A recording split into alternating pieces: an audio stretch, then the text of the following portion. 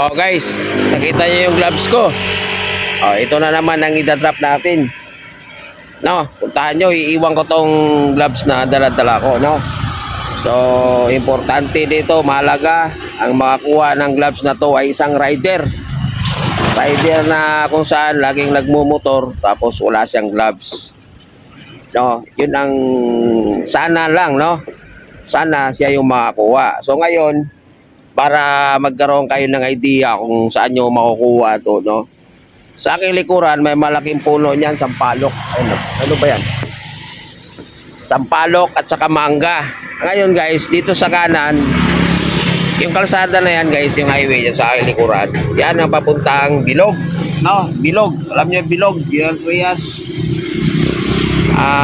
Pasungkawayan 1 ba yan? Pasungkawayan 2. Tapos dito naman sa kabila, ayan, papuntang Paradahan, Tansa Cavite. No. So, paunahan nga kayo guys, no. Time check guys, alas 11 ng tanghali. Ngayon, iiwan ko tong gloves na to. Hindi lang to isa, dalawa to, no. Pares to, no. Babalikan ko to bukas ng ganitong oras din. Pagbalik ko dito bukas na wala siya, ibig sabihin may nakakuha dito sa aking gloves. O sa mga riders dyan na nakapalo sa akin, or kahit hindi ka nakapalo at mapanood mo tong video na to at alam mo tong lugar na to, no. Doon sa kanan papuntang Bilog, no. Ang tumbok mo doon, ano na yung kalsada na yon, Pirer. Tapos yung sa kabila papuntang Paradahan, ang tumbok mo naman doon 13 Indang Road. Yun ang tumbok mo doon na kalsada. So palatandaan dito sa gilid, ayan, patangita ko lang yun. Ayan, may tulay doon, may tulay. Tapos may puno na mangga yan dati yata, tapos parang patay na yung mangga. Tapos din sa unahan guys, mayroong mga hardware dyan. Ayan, yan. Dito nyo matatagpuan yan. Tapos sa unahan doon, mga subdivision na yun doon. Mga kaya,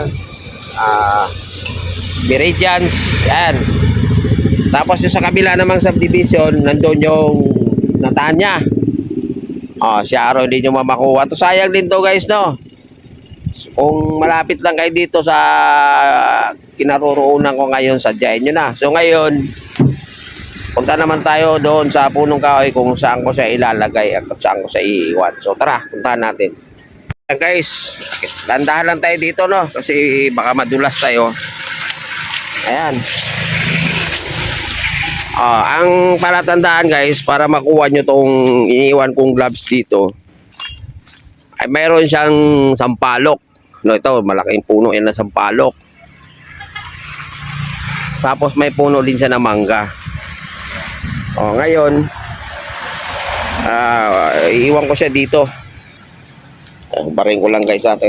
Lapag ko lang muna yung cellphone natin. Gloves guys, no.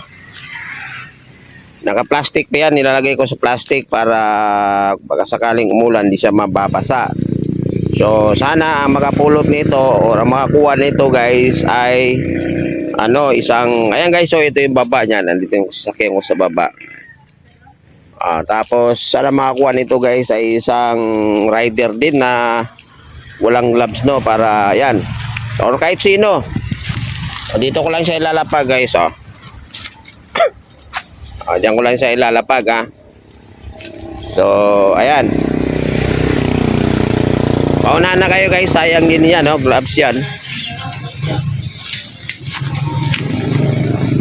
Daming dumadaan dito guys, mga motorista. Daming dumadaan. Ayan guys, iniwan ko na doon yung gloves ko. Babalikan ko ito bukas ng ganitong oras din, mga alas 12 or alas 11. At titingnan natin kung may nakakuha ba. Sana yung makakuha ay mag-message sa atin para mapatunayan natin sa iba na itong ginagawa nating pag mga drop, mga money drop, mga drop ng kung ano-ano, ay mapatunayan natin sa ating viewers na totoo yung ginagawa natin. No? So, yan guys, no, magdandaan lang kayo dito, baka madulas kayo at magulong kayo, no? Dandaan lang. Ayan guys, naiwan ko na Tandaan nyo yan, malaking mangga, dalawang magkatabi yan guys, no? Mangga na punong mangga, tapos isang sampalok. Tapos may poste ng Meralco. Basta ito, yung kalsada doon, papuntang Natanya. Yung sa kabila naman, papuntang Paradahan. Papuntang Bilog, no? So, wala. Nandito lang yan guys sa General Trias, Cavite. Puntahan nyo na guys. Gloves yun. No, gamit na gamit sa inyo yun. Lalong-lalo na pag nagbumotor kayo. Lalong-lalo na sa panahon natin ngayon na sobrang init. Napakahalaga na mag-gloves tayo.